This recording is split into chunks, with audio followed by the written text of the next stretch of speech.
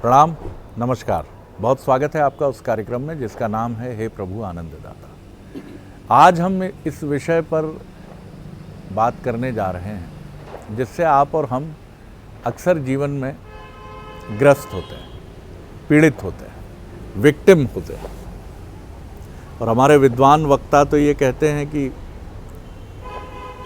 भगवान विष्णु के जो वाहन हैं गरुड़, उनको भी संशय रूपी सर्प ने डस लिया था। ऐसा डसा था कि वो कागभूषणी के पास पहुंच गए थे कि मुझे सर्प ने डस लिया है, अब इसका विष कैसे उतारा जाए, ये आप सोचिए। जो विष उतारने वाले हैं, जो विषों के प्रभाव को नष्ट करने वाले हैं, वही जब विषय से ग्रस्त हो जाएं या विष से ग्रस्त हो जाएं तो बड़ी चुनौती उत्पन्न हो जाती है। हमारे पास आने वाले प्रश्नों में अधिकतर प्रश्न ऐसे होते हैं जिसमें लोग कहते हैं कि हम सब जानते हैं कि ये सही समय है जब विषय आसक्ति को छोड़ देना चाहिए। हमें ये मानना चाहिए कि जीवन में सब ठीक है। हम जिस प्रभु की सेवा बरसों से करते चले आ रहे हैं अपने धार्मिक मान्यताओं के अनुसार, उसको हम ऐसा आत्मसात कर लें कि ये डर ही दूर हो जाए कि कभी कुछ गलत होगा, अमंगल होगा। लेकिन नहीं कर पाते, हम सोच ही नहीं पाते। संशय हमेशा हमारे सामने विषधर सर्प की तरह फुफकारता रहता है। नहीं ऐसा हो गया तो, तुम बीमार पड़ गए तो, बेटा अगर अमेरिका से नहीं लौट कर आया हिंदुस्तान तो, 4 कंधा देने वाले भी ना मिले तो, ये संपत्ति का क्षरण हो गया और हम फिर सड़क पर आ गए तो, नौकरी चली गई तो, बहुत बीमार हो गए तो। ये प्रश्न हमारे मूल चरित्र में कई बार इतनी खलबली पैदा करते हैं कि एक बहुत उदार, बहुत प्रेम करने वाला व्यक्ति भी बहुत चिड़चिड़ा, क्रोधी, आत्मकेंद्रित और बहुत संशय से और संदेहों से घिरा हो जाता है। मूल रूप से अगर आप कहें तो जीवात्मा तो सब में एक है, संत यही कहते हैं। लेकिन ये कौन सी चीज़ है जो हमारे चरित्र में इतना खलल पैदा करती है कि हम सब कई बार कपटी, स्वार्थी, ढोंगी, पाखंडी जैसे निकृष्ट उपमाओं से वर्णित किए जाते हैं। और इनके केंद्र में एक ही कारण है, हमारी चिंता, हमारा संशय। और ये कई बार इतना बढ़ जाता है, इतना डर जाते हैं हम, जिसके साथ रोज बैठकर खाना खाते पीते हैं, एक दिन कहने लगते हैं ये हम ही को चुनौती दे रहा है, ये तो हमारी कुर्सी की तरफ देख रहा है। और यही वजह है कि स्वभाव बदलना शुरू हो जाता है। बहुत कम लोगों का ऐसा स्वभाव आप देखते होंगे जो मस्त मौला हैं, जो मनमौजी हैं, जो ये मान चुके हैं कि ये सब छूटना है, सराय है, जाना है।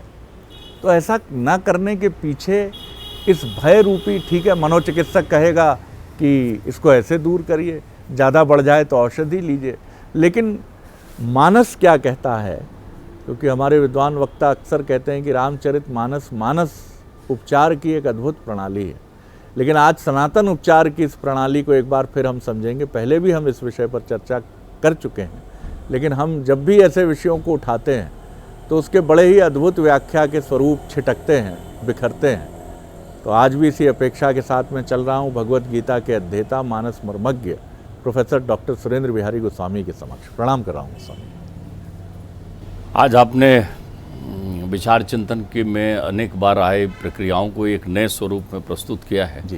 तो इससे कुछ नया विश्लेषण निकालने का प्रयत्न अपन करेंगे।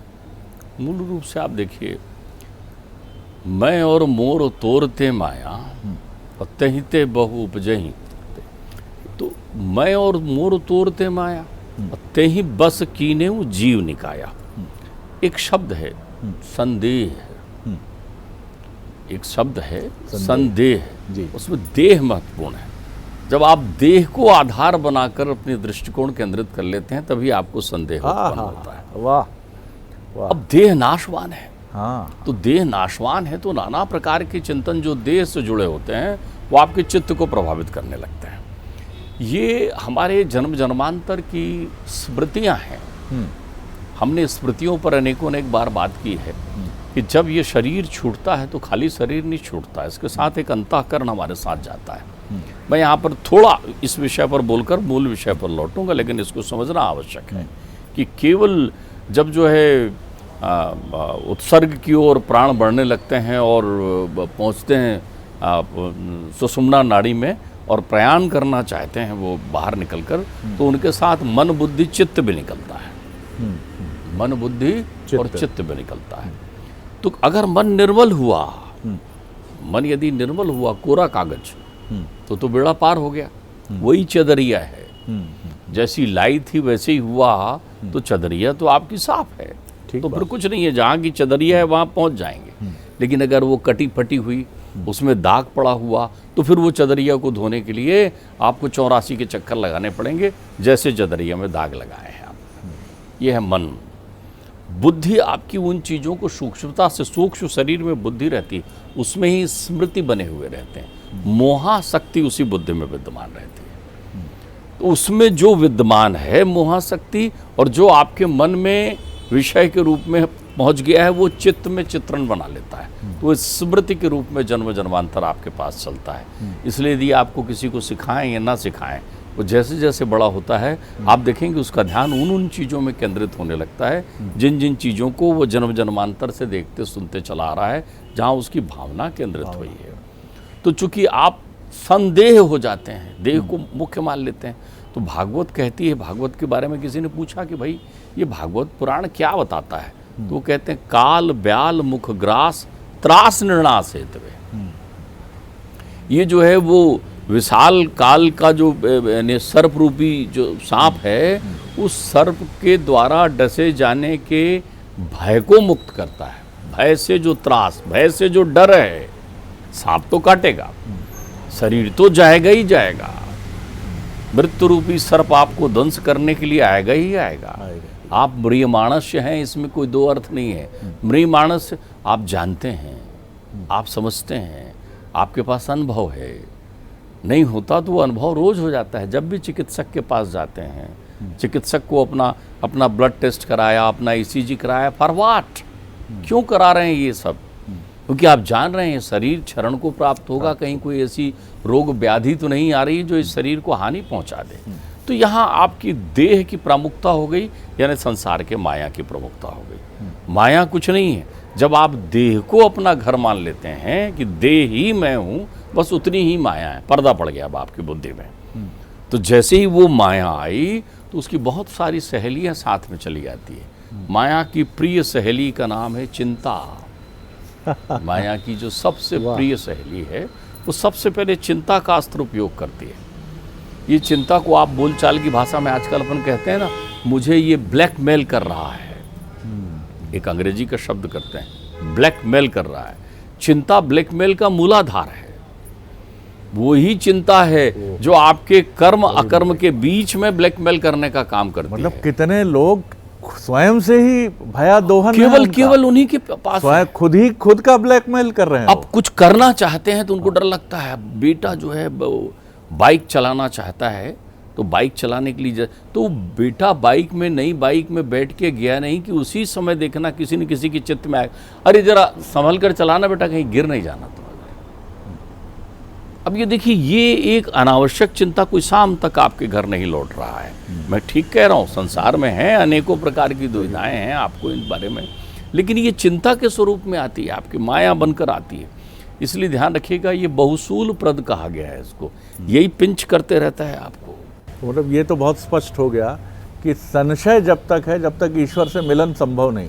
संशय ईश्वर से मिलने का पहला रास्ता है। अच्छा जी, आप एक बात समझिए, हाँ। संशय आया ना, हाँ। वो आपको रोकता है, लेकिन आप उस रुकने में डर को अपने साथ ले लेते हैं। ध्यान रखिएगा, संशय ने आपको रोका है, ये होगा कि नहीं होगा, तो आप अब इसमें अपने संदेह में आ गए ना, देह को आधार बनाकर सोचने लगे ना, और उसी समय यदि आप कह दें अरे जो होना होगा सो होगा, हम तो काम करें, बस अब आप ईश्वर से जुड़ गए। भय पर काबू पाना है तो वहां जाना ही है। कुर्वन्न एवेह कर्माणि जिज विशेष शतम क्षमा, हमने कहा है, हमारे यहाँ ईशावास्योपनिषद कहता है इन सबसे मुक्त होने के लिए।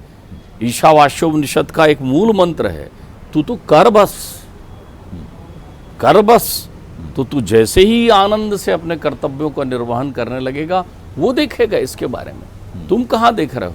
आप एक देखो, अगर चलो हम एक सामान्य व्यक्ति के रूप में चिंतन कर लें तो 5 लोग व्यक्ति हैं, 5 हैं केवल, और लोगों को घर घर जाके जोड़ रहे हैं, हमारे साथ जुड़िए ना, कन्हैया है हमारे साथ जुड़िए ना, कन्हैया है हमारे साथ। और दूसरी तरफ विशाल वीरों का समूह है कौरव बनकर। अगर वो संशय कर लेते अपने मन में कि मैं युद्ध जीतूंगा कि नहीं जीतूंगा, क्यों लड़ना भैया, चलें अपन कोई दूसरी दुनिया बना लें, तो फिर उनके जीवन में जय पराजय की व्यवस्था से बाहर हो जाते हुए अपने आप में। हमारा जीवन बहुत थोड़े समय के लिए मिला हुआ है। तो आप इस समय, मैं ये नहीं कह रहा हूँ कि असावधान हो जाइए, सबसे पहले आप शरीर को मुख्य माध्यम मत समझिए। मुख्य माध्यम है आपका आत्मबल, मुख्य माध्यम है आपका मनोबल, मुख्य माध्यम है आपका ज्ञान बल, मुख्य माध्यम है आपके भक्ति का बल, मुख्य माध्यम है आपके सत्संग का बल जो परिवार से मिल रहा है। इन बलों के बिना शरीर निरर्थक है। वैसे ही जैसे कृष्ण के बिना अर्जुन निरर्थक हो गए थे, तब उनको बहेलियों ने लूट लिया था और वो बंधे रह गए थे, क्योंकि उनका आत्मबल चला गया था। तो संदेह जो है आपको ठिठकाता है, और जब भी संदेह आपके जीवन में हो, आप समर्पण का साथ लीजिए। वहाँ भी सा है, सम अर्पण, इसको अर्पण करिए ना। तो शरीर बोलने का मतलब क्या होता है? शरीर बोलने का मतलब है देह गेह का अभिमान। सही बात, देह गेह का अभिमान। आप देखिए, संदेह आपके पूर्ण न होने का प्रमाण है, संदेह आपकी गगरी के खाली होने का प्रमाण है। अधजल गगरी छलकत जाए तो भरो ना, आप लावित करो ना उसको। तो आप जैसे अंग्रेजी में, लोग अंग्रेजी में जल्दी समझ जाते हैं कई बार छोटी छोटी चीज़ों को। वेल बिगन हाफ डन, अच्छी शुरुआत आधा कार्य हो जाता है। तो अच्छी शुरुआत क्या होती है? संशय विहग उड़ाव निहारी। उड़ाओ चिड़िया है, वो तो रोज आती है बैठती है, उसका कोई उपचार नहीं है। अरे जब भगवती सती उस संशय का परिचय देने के लिए दूसरा देह बना लेती हैं, जब तक सती हैं तब तक संशय नहीं गया, जब पार्वती हो गई तब संशय गया है। संशय का कोई विकल्प नहीं है। ध्यान रखिए, मुझे एक बड़ी सुंदर कथा कभी पिताश्री एक छोटे दृष्टांत में सुनाया करते थे। संशय है क्या? एक खेत में काम करने वाले लोग अंधेरा होता देखते हैं तो एक दूसरे से कहने लगते हैं, चल भैया शाम आने वाली है, चल भैया शाम आने वाली है। तो सारे लोग कहते हैं, हाँ हाँ हाँ, शाम के आने का समय हो गया, चलो चलो जल्दी करो, शाम आने वाली है। वहीं झाड़ियों में छुपा हुआ एक सिंह बैठा हुआ है, शक्तिशाली। वो सिंह देखता है तो लोगों को देखता है कि ये भाई, ये मनुष्य जिनसे डर के मैं छुपा हूँ, जो मेरा शिकार करते हैं, जो मुझे मार सकते हैं, संसार में सबसे श्रेष्ठतम ये मनुष्य, ये किससे डर रहा है? तो बार बार वो कहते थे। तब तक कोई दूसरे ने आवाज़ लगा, रहे जल्दी करो, शाम हो रही है, शाम आने वाली है। वो जल्दी अपना काम छोड़ करके सब लोग चले जाते हैं, शाम आने वाली है। थोड़ी देर में शाम आती है, शाम का अंधेरा आता है, घनत्व छा जाता है, अंधेरा हो जाता है। तो वो शेर सोचता है कि भैया आज तो शाम आने वाली है और मैं कहीं फंस गया यहाँ आकर, तो मुझे तो आज अब बैठ रहा रहना पड़ेगा चुपचाप, कि पता नहीं शाम क्या कर जाए। मनुष्य डर के भग गए तो मैं कहाँ हूँ। देखते जाइए आप, ये बहुत सुंदरतम बात है यहाँ पर। तब तक देव विषाद से एक गांव का कृषक, जो धोबी भी है गांव में, जिसके पास गधा है एक, वो अपने गधे को ढूंढने आता है, आवाज़ लगाते जोर जोर से, लाठी पटकते हुए और हाय हाय करते आता है वहाँ पर। चारों तरफ ढूंढता है, अंधेरे में उसे धारी दिखाई पड़ती है, चमकती है। शेर में धारी है तो वो धारी दिखा, तू यहाँ छुपा बैठा है बोले। एक लठ मारता है जोर से, उसको लगता है अभी तो शाम आ ही गई, आज तो हमारी आफत है। बोलता है यहाँ छुपा बैठा है, और अपनी रस्सी का फंदा फेंकता है उसके गले में, वो खींचता है, चल इधर। तो शेर भी अपनी पूंछ दबाए चुपचाप उसके साथ चला जाता है कि आज तो भैया शाम के चक्कर में पड़ गए हैं। वो ले जाकर बांधता है उसको, सवेरे सवेरे उठता है ब्रह्म मुहूर्त में, और फिर उसको एक डंडा लगाता है, उठाता है, वो हटका अंधेरा है, और पीछे खींचते हुए कपड़ा लाद के ले जाता है। थोड़ा थोड़ा दिन की शुरुआत होने लगती है। तालाब में जब वो कपड़ा धो रहा होता है तो एक दूसरा शेर पानी पीने आता है। वो देखता है कि पहला शेर जो है बंधा बैठा है, कपड़े का गट्ठा लदा है। उससे पूछता है क्या हुआ? तो कहता है तू जा भैया, ये शाम ने मुझे पकड़ रखा है, तुझे भी पकड़ लेगा। तो कहता है शाम ने पकड़ रखा है? बोले ये शाम। वो कहता है एक बार सिंहनाद कर, मेरे कहने से कर, फिर मैं चला जाऊंगा। शेर दहाड़ता है, धोबी देखता है शेर है, भाग जाता है वहाँ से। तो हम भी क्या होता है, संशय रूपी शाम के आवेग में म्रियमाणस मनुष्य डरे हुए बैठे हैं। बहुत सुंदर। एक बार आत्मानंद की अनुभूति करें। जिसने संसार में भेजा है उसने, ध्यान रखिए, जब दांत नहीं था संसार में आए, जब हम बिल्कुल पराश्रित थे तो हमारे दुग्ध की व्यवस्था जिसने की थी, और जब दांत हुआ है तो हमें अनाज भी वो प्रदान करता है। वो परब्रह्म परमेश्वर संसार का रखवाला है। राई घटे न तिल बढ़े जो जस लिखी ललार। तुम्हारे जीवन में एक क्षण भी कम नहीं होगा।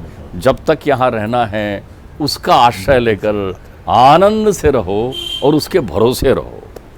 इसीलिए विवेकानंद कह गए हैं कि तुम सिंह की संतान हो। सिंहनाद क्या है? सिंहनाद अपने अस्तित्व को समझना है। सिंहनाद अहंकार नहीं है, न किसी को डराना है। सिंहनाद है कि तुम सिंह की भांति हो, उसी आत्मगौरव से भरे हो, उसी तरह के जंगल के शेर और राजा की तरह तुमको ईश्वर ने इस संसार में भेजा है। तुम इस संसार के राजा की तरह रह सकते हो, लेकिन तुमने तो वो मार्ग चुना है जो तुमको एक मनुष्य क्या, एक पशु से भी निकृष्ट कोटि में पहुंचा देता है। डरा हुआ एक व्यक्ति, जैसे हम कई बार सड़कों पर डरे हुए पशुओं को देखते हैं जिनकी दुर्गति और बढ़ती चली जाती है। क्या आपकी और हमारी स्थिति कुछ भिन्न होती है? हर जगह आप लेबोरेटरी के बाहर बैठे हैं, पैथोलॉजी के बाहर डरे हुए, वो फिर बढ़ी हुई निकलेगी शुगर। कहीं ऐसा नहीं कोलेस्ट्रोल बढ़ गया हो, कहीं ये ना हो जाए, कहीं वो ना हो जाए। जैसा डॉक्टर साहब ने कहा कि बच्चा पढ़ने जा रहा है, कई माता पिता की एंग्जाइटी इसीलिए बढ़ रही है कि अब वो जाता है, साहब दिल्ली में है, बॉम्बे में है, अब साहब बड़ी भीड़ रहती है वहाँ। तो निश्चित तौर पर बहुत सी डराने वाली घटनाओं से हम रोज़ दो चार होते हैं, लेकिन अगर इनको किसी आतंक की तरह अपने मन में स्थान दे दिया तो इसका मतलब है कि हम पूर्ण नहीं हैं। पूर्ण ना होने का मतलब है कि ना हमारा ईश्वर पर पूर्ण विश्वास है, और ईश्वर पर तो बाद में होगा जब स्वयं पर पहले भर विश्वास होगा कि मेरा कुछ अहित नहीं होगा, मैं उसी ईश्वर की संतान हूँ और उसी के सदृश्य हूँ, उसी का रूप हूँ, स्वरूप हूँ, तो मुझे क्या कष्ट पहुँचेगा। ये बहुत जटिल बात नहीं है, इसको हर संत ने ध्वनित किया है। इसको जरा समझिए, गुनिए बुनिए, और संशय के इस रोग से अपने को हमेशा के लिए दूर कर लीजिए। बहुत आनंद आया डॉक्टर साहब, प्रणाम कर रहा हूँ। अगले एपिसोड में एक और विषय लेकर उपस्थित होंगे। नमस्कार।